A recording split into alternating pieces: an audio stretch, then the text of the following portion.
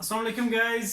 Physics के numerical problems new chapter है, first numerical problem है। और चैप्टर जो है मीन्स से कि यहाँ पे मैं चैप्टर की नंबरिंग वगैरह यहाँ पे लेवल नहीं करूँगा, ना ही प्रॉब्लम्स की जो नंबरिंग है वो यहाँ पे लेवल करूँगा।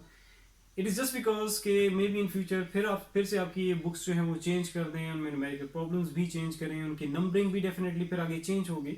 सो इसीलिए यहाँ पे मैं कुछ भी नहीं, ना तो चैप्टर की नंबरिंग कर रहा हूँ ना ही प्रॉब्लम्स की यहाँ पे नंबरिंग करूँगा। ठीक है, स्टेटमेंट मैंने यहाँ पे इसलिए लिखी हुई है सामने रजिस्टर पे। सो ये मैंने जैसे इसलिए यहाँ पे लिखी है, व्हाइट बोर्ड पे इसलिए नहीं लिख रहा बिकॉज स्पेस मैनेज करना मुश्किल हो जाता है अगर मैं स्टेटमेंट को यहाँ पे लिख दूँ। आप लोगों ने बस इस तरह करना है कि बुक जो है वो आप ओपन करके अपने सामने रखना, और स्टेटमेंट को वैसे मैं रीड आउट करूंगा। ठीक है, एक एक चीज़ मैं डिटेल में बताऊंगा, लेकिन ये है कि इट्स बेटर कि बुक जो है वो आपके ओपन फॉर्म में आपके सामने पर मौजूद हो।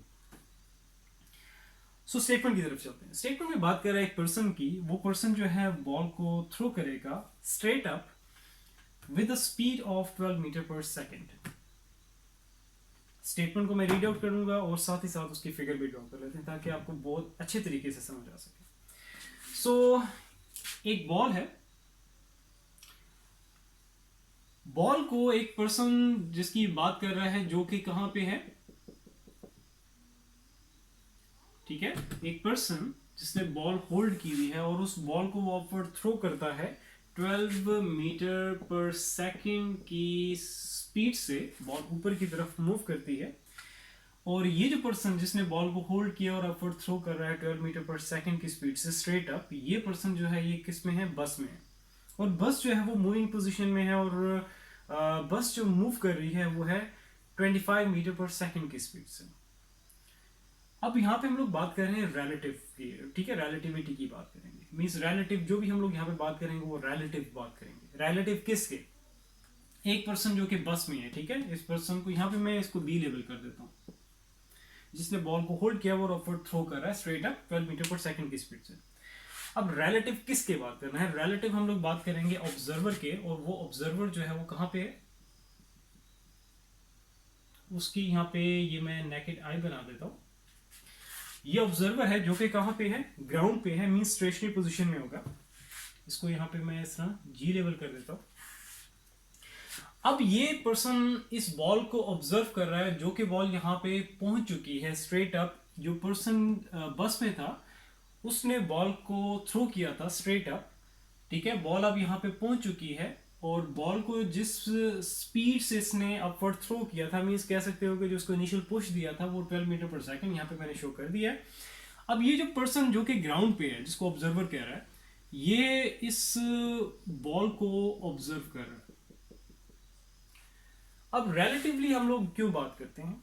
रिलेटिवली इसलिए क्योंकि ये देखो, जो पर्सन जो कि ऑब्जर्व कर रहा है, जो कि ग्राउंड पे है, जो कि स्टेशनरी पोजीशन में है, ये उस बॉल को ऑब्जर्व कर रहा है। ये वो बॉल है जो कि एक पर्सन ने थ्रो की है जो कि बस में है, और बस जो है वो मूविंग पोजीशन में, और बस की स्पीड क्या है, वो है 25 मीटर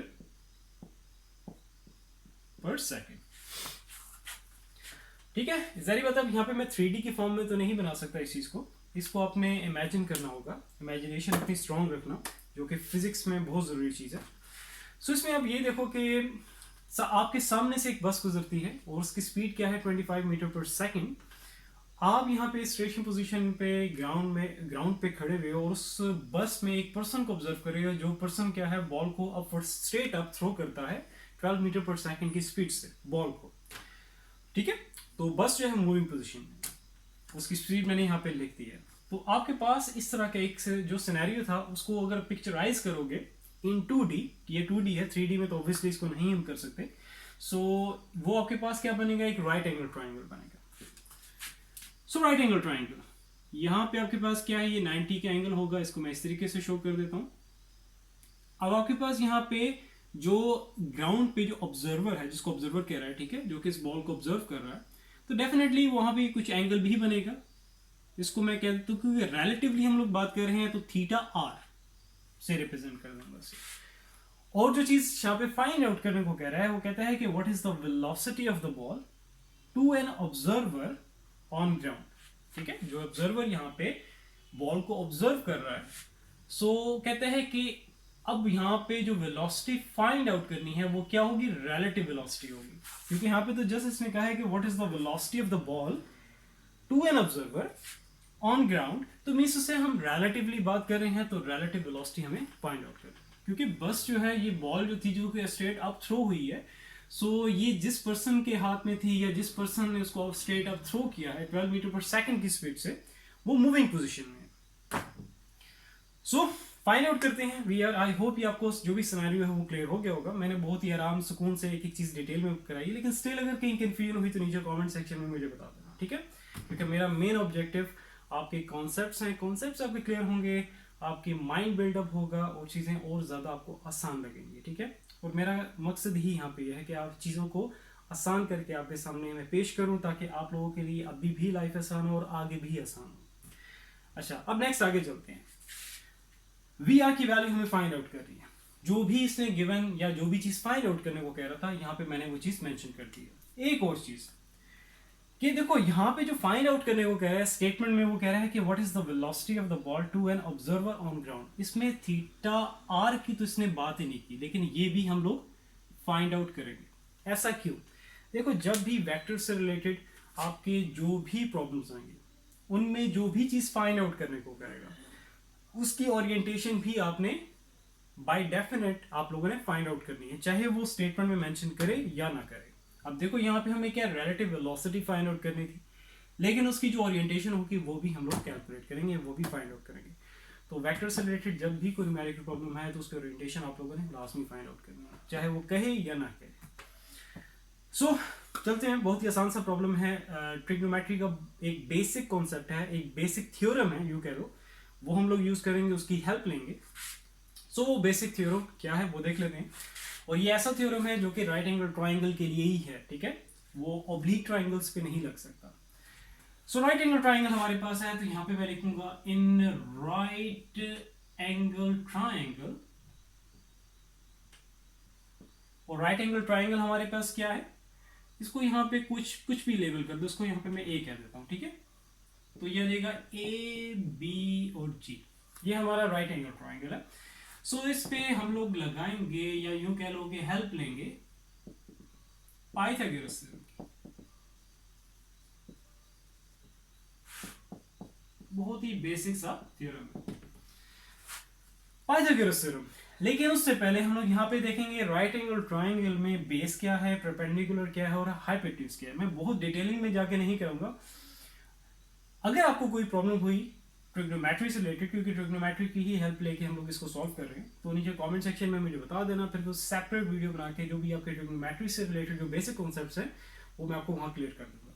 अच्छा, अभी यहाँ पे हमारे पास क्या है, बी जी, ये हमारी क्या होगी बेस। बी ए या ए बी कह लो, ये हमारा क्या हो जाएगा परपेंडिकुलर। और आपके पास ए जी, वो क्या हो जाएगा आपके पास hypotenuse. Pythagoras theorem, Pythagoras theorem हमारा क्या होगा, hypotenuse square is equals to base का square plus perpendicular square. Hypotenuse हमारे पास क्या है, वो है बी आर, जो कि हमें फाइंड आउट करनी है। बेस यहां पे हमारे पास क्या है, वो है 25, तो यहां पे आ जाएगा 25 का स्क्वायर प्लस परपेंडिकुलर, परपेंडिकुलर हमारा क्या है, वो है 12, तो ये आ गया 12 का स्क्वायर। वी आर का स्क्वायर 25 का स्क्वायर लोगे तो ये हो जाएगा 625 प्लस 12 का स्क्वायर लोगे तो ये हो जाएगा 144। इनको ऐड कर लेते हैं, इनको ऐड करोगे तो आ जाएगा 625 प्लस 144, तो ये हो जाएगा 769। सो ये आ गया वी आर का स्क्वायर। हमें तो वी आर की वैल्यू चाहिए, वी आर का स्क्वायर की वैल्यू तो नहीं चाहिए, स्क्वायर हमें खत्म करना होगा। स्क्वायर को खत्म करने के लिए मैं ले लूंगा both side under root, under root square को खत्म कर देगा और वी आर हमारे पास इसकी वैल्यू आ जाएगी, जस्ट अंडर रूट ले लेते हैं 769 का, तो ये हमारे पास वैल्यू आ जाएगी 27.731। 3 डेसिमल प्लेसेस तक मैंने इसको राउंड ऑफ किया है, लेकिन आप इसको अप्रोक्सीमेट करके भी लिख सकते हो। सो अप्रोक्सीमेट हम करेंगे तो पॉइंट से आप यहां पे देखोगे कि 5 या 5 से बड़ा कोई डिजिट अगर है तो आप इसमें एक इंक्रीमेंट कर दोगे। ये 7 है तो ये क्या हो जाएगा 8, तो ये आपके पास आ गया 28 मीटर पर सेकेंड। यूनिट लाजमी लगाना ड्यूरिंग कैलकुलेशन सिंप्लीफिकेशन। अगर आप यूनिट कोई बनता भी है, किसी के साथ कोई यूनिट आता भी है, अगर आप नहीं भी लगाते कोई इशू नहीं है, लेकिन जब कोई फाइनलाइज रिजल्ट आ जाएगा जो कि हमें फाइंड आउट करना होगा, तो जो भी हम लोग फाइंड आउट करने को मतलब कहेगा, तो उसकी जो भी फाइनलाइज वैल्यू आपके पास या फाइनलाइज रिजल्ट आ जाएगा उसके साथ जो भी यूनिट बनता है तब आप लोगों ने यूनिट लाजमी लगाना है, नहीं तो आपके मार्क्स कट होंगे। ठीक है, सो वी आर की वैल्यू हमारे पास आ गई, हम लोगों ने कैलकुलेट कर ली, वो है हमारे पास 28 मीटर पर सेकेंड, क्योंकि ये आपके पास क्या है स्पीड वेलोसिटी। ठीक है, स्पीड और वेलोसिटी में क्या डिफरेंस है? स्पीड आपकी स्केलर क्वांटिटी है और वेलोसिटी आपकी वेक्टर क्वांटिटी है। ठीक है, तो वी आर हमारे पास क्या है वेलोसिटी, जो कि हमें फाइंड आउट करनी है। अच्छा, नेक्स्ट आगे चलते हैं। अब हम लोग चलते हैं ओरिएंटेशन, मींस आपका ये जो एंगल है थीटा आर, इसकी वैल्यू फाइंड आउट करते हैं। इसके लिए भी हम लोग बेसिक ट्रिग्नोमेट्री की हेल्प लेके इसकी वैल्यू फाइंड आउट करेंगे। और कैसे करेंगे कि हम लोग हेल्प लेते हैं ट्रिग्नोमेट्रिक फंक्शन आपके पास साइन कॉस टैन, जो बेसिक आपके ट्रिग्नोमेट्रिक फंक्शंस हैं, अब उनमें से आप तीनों ही यूज कर सकते हो, क्योंकि देखो आपके पास परपेंडिकुलर की वैल्यू भी यहाँ पे ऑलरेडी इसने गिवन दी थी, बेस की वैल्यू भी है। अब तो हमारे पास ये जो हाइपोटेन्यूज है जो कि वी आ रहा है उसकी वैल्यू भी हम लोगों ने कैलकुलेट कर लिया है। लेकिन इट्स बेटर कि आपके पास यहाँ पे जो एक्यूरेट वैल्यू, जो एग्जैक्ट वैल्यूज जो ऑलरेडी इसने गिवन दी हुई थी, आप इनको यूज करो तो ये ज्यादा बेटर है एज कम्पेयर टू कि अगर आप यहाँ पे कोई अप्रोक्सीमेटेड वैल्यू, या आपके पास यहाँ पे जो हम लोगों ने कैसे राउंड ऑफ, ये राउंड ऑफ करके वैल्यू, उसके बाद हमने उसको अप्रोक्सीमेट करके 28 किया है, आप इसको यूज करो तो बेहतर यही है कि आप जो ऑलरेडी आपके पास गिवन जो एक्यूरेट जो एग्जैक्ट वैल्यूज हैं उन्हीं की हेल्प लो। सो उसमें हम लोग देख रहे हो कि आपके पास बेस और परपेंडिकुलर, तो ऐसा कोई ट्रिग्नोमेट्रिक फंक्शन पिक करो कि जिसमें परपेंडिकुलर और बेस इन्वॉल्व हो जाए। तो ऐसा कौन सा ट्रिग्नोमेट्रिक फंक्शन होगा? वो होगा tan. Tan theta, tan theta किसके इक्वल होगा? पहले मैं जो जनरली है पहले वो लिख देता हूं। टैन थीटा इक्वल होता है perpendicular divided by base. Theta, अब थीटा क्या है आपके पास यहाँ पे? थीटा आर होगा। परपेंडिकुलर क्या है? परपेंडिकुलर आपके पास यहाँ पे है 12। बेस क्या है यहाँ पे? वो है 25। बाकी मैं यहाँ पे सॉल्व कर लेता हूँ। ठीक है, इधर से आगे मैं इधर सॉल्व कर रहा हूँ।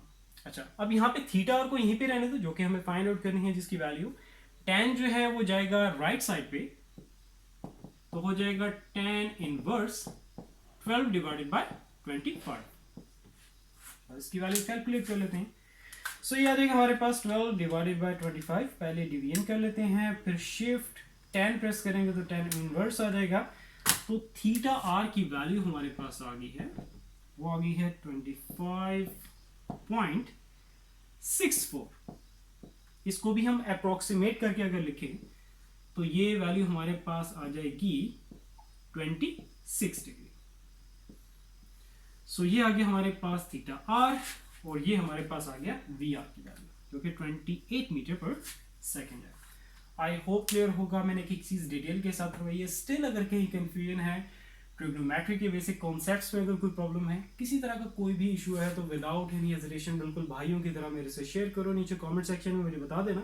सो उस पर मैं वर्किंग करके जो भी प्रॉब्लम्स होंगे उनको मैं रिजॉल्व करूंगा सबसे पहले, एंड देन फिर आगे मूव करूंगा। ठीक है, सो इंशाल्लाह ताला फिर नेक्स्ट वीडियो मिलते हैं। अपना बहुत सारा ख्याल रखो। अल्लाह हाफिज़।